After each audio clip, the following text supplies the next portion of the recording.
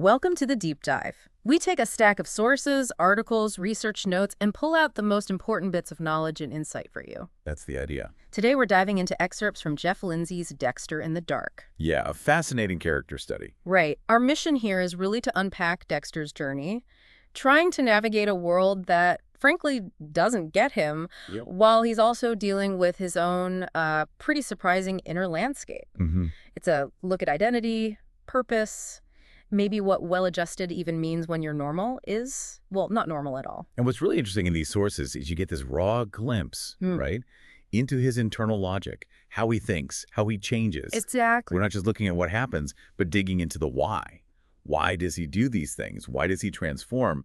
And maybe connect that to, broader ideas about human behavior purpose, the masks we all wear sometimes. Okay, so let's get into it. It starts way back, almost like the dawn of time, with this thing called IT. Yeah, this primordial IT. And IT is watching this world where, as the source says, big things and the little things killed and ate one another aimlessly. Pure survival. Just raw nature. But IT starts to wonder, why am I watching this? And why was IT different? Why was IT so unlike everything else? So this initial state, this sort of formless IT, what does that tell us right off the bat about Dexter's psychology? Well, it's crucial, I think, that idea of watching aimless killing. Yeah. It suggests this predatory core without any kind of built-in purpose or morality yet. It's just watching. Pure observation. Pure observation. And when it asks, why am I watching? That's the spark, right? The beginning of some kind of awareness, maybe even a terrifying kind of sentience starting to form within it. An urge to understand itself. Yeah, a primal curiosity about its own existence that's way before any human idea of self. Okay, and that really sets the stage for a very unique kind of upbringing, doesn't it? It does. Because this IT exists, time goes on, monkey things began to change. And then there's this pivotal moment. A new host, one of these changing monkey things, asks it, "Who are you?" And that's the moment. That's the moment the sources tell us the dark passenger is really born. It gets a name. It crystallizes. Yeah, it's not just a name change. It's like this primal drive becomes a distinct, almost personified internal thing for Dexter. It goes from just an urge to a conscious, dark companion. And that naming is so important. It gives it structure. A structure Harry can work with. Exactly.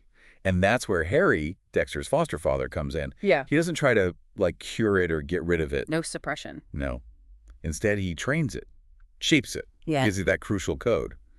Hunt only the other dark predators. The code of Harry. Right. And like you said, it's not about morals. It's about control, channeling that impulse, the main lesson, don't get caught. Purely practical. Totally. There's even that story about Carl, another killer who got caught because, he had no training. So the Harry way is basically a survival guide, turning this destructive thing into something highly specialized almost, disciplined in its own dark way. It's amazing how Harry just provides a framework for this thing to operate, even thrive right under everyone's noses, which leads us straight into Dexter's adult life and maybe his biggest piece of human camouflage, getting married. Ah, yes. Rita. He calls marrying Rita a logical next step in the evolution of his disguise.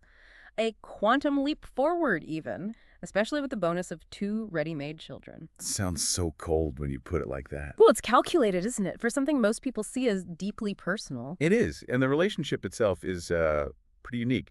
Rita's described as being as uninterested in sex as I am. Convenient. Very.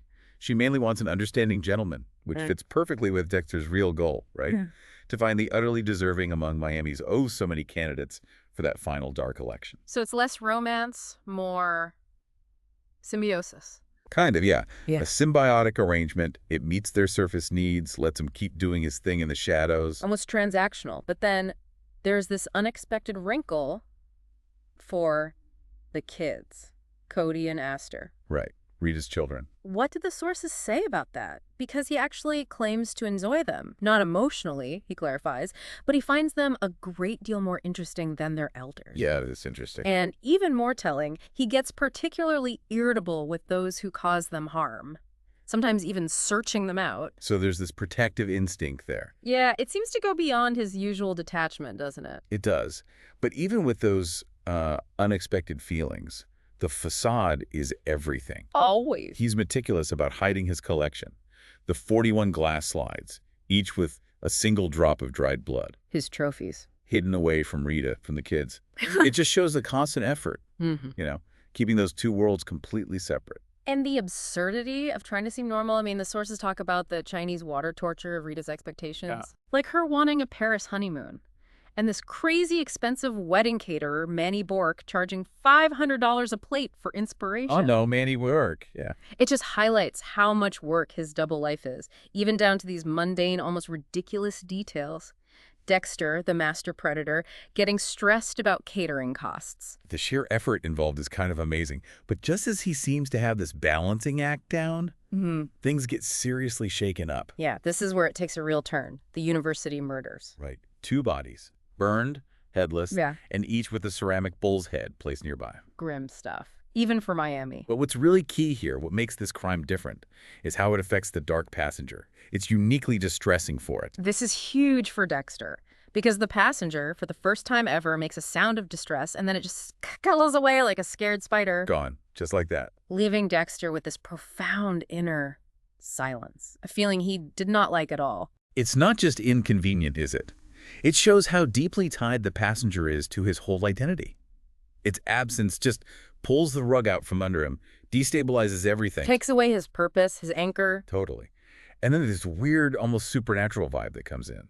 The Santeria theory pops up. Because of the bullheads and animal sacrifice. Exactly. And what's really strange is that Miami's official Babalao, a Santeria priest, his reaction to the crime scene, it mirrors the passenger's unease. So even someone steeped in that tradition feels something off. Yeah, like even he senses something deeply unnatural, something disturbing that doesn't quite fit the usual patterns. And then, just to complicate things, Sergeant Dokes reappears. Oof, Dokes. Mutilated, but still a threat. Yeah, very physical threat. And his presence does momentarily stir the passenger. But only briefly. It doesn't bring it back. Which tells us something important, right? The passenger didn't just leave because of physical danger.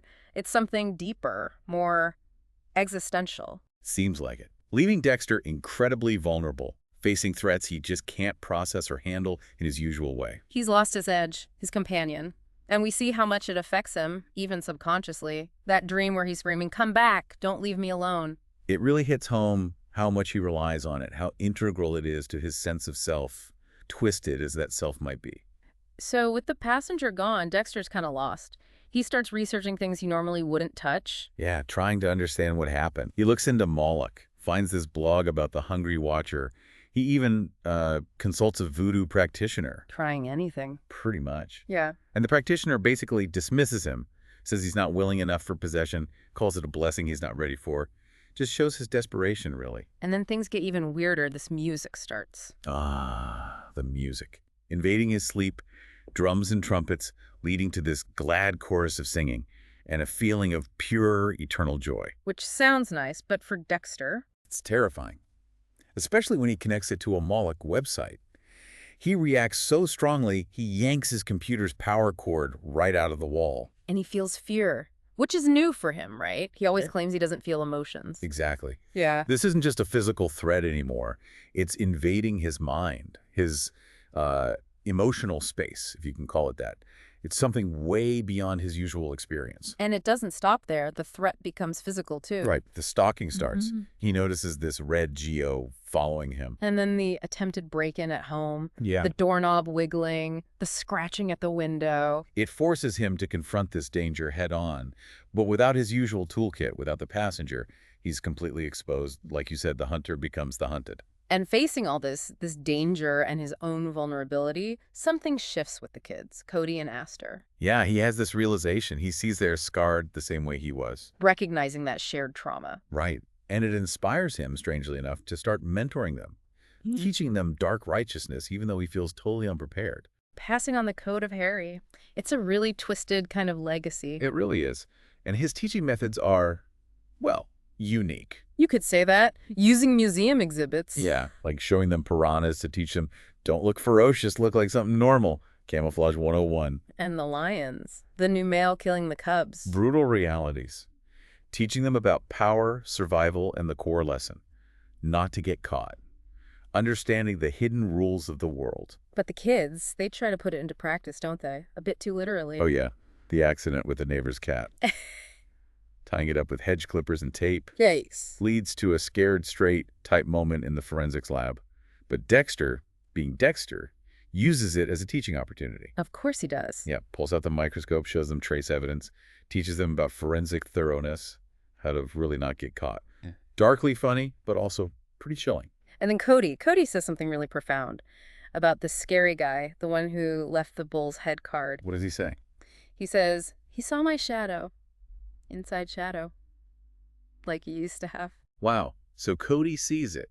He understands. Yeah. It confirms the kids share his unique perception, this awareness of hidden predators. It's a chilling moment, realizing his condition maybe isn't just his. That's quite a revelation. And meanwhile, the actual threat is escalating. Right. More bodies. Headless. Charred. Including Manny Bork, the caterer. No way. Even Manny. Even Manny. And another guy, Kurt Wagner, with a bull's head medallion and Aramaic tattoo. The pattern is undeniable. They're dealing with something organized. Ritualistic. Dexter tries to take action. He suspects this guy, Darius Starzak. The one on the Interpol list for war orphans. That's him. Dexter tries to confront him, to take him out in his usual way. But he can't. Because the passenger is still gone. Exactly. He just feels emptiness. He's incapable. It really shows that his hobby, it's not just a choice. It's tied to the passenger being there. He needs that entity to function that way. Then comes the big reveal. Moloch. Dexter finds the Watcher. Who's the Watcher? This old man with a trophy case. But instead of slides, it's filled with hundreds of skull-sized ceramic bull's heads. Oh, wow. Hundreds. Yeah. Representing, the old man says, souls we have sent to him, to Moloch. He explains Moloch is like this god, this entity that goes out of me and into some of the others for special errands. So it's a cult, a shared consciousness. Seems like it. And they targeted Dexter specifically because he had come to our attention. They recognized him, or passenger. They saw his inside shadow, too. Exactly. And then things get really bad. Cody and Astor are captured. Oh, no. Taken to this massive bull statue, like an effigy, with a furnace inside for sacrifices. Jeez. So the kids are in mortal danger. The ultimate test for Dexter, now that he's vulnerable. But then Cody acts. He stabs the old man, the Watcher. The kid fights back. Yeah. And somehow that act, it breaks the spell of that weird music, clears Dexter's head, and crucially, the passenger. It returns. Just like that. Restoring him, letting him act, letting him be Dexter again. Wow. So Cody basically saves the day and brings back the passenger. In a way, yeah. The resolution is quick after that. Moloch, Wilkins, Starzak are all tagged and bagged, as Dexter would say. And the kids are safe. Kids are safe. The immediate threat is gone.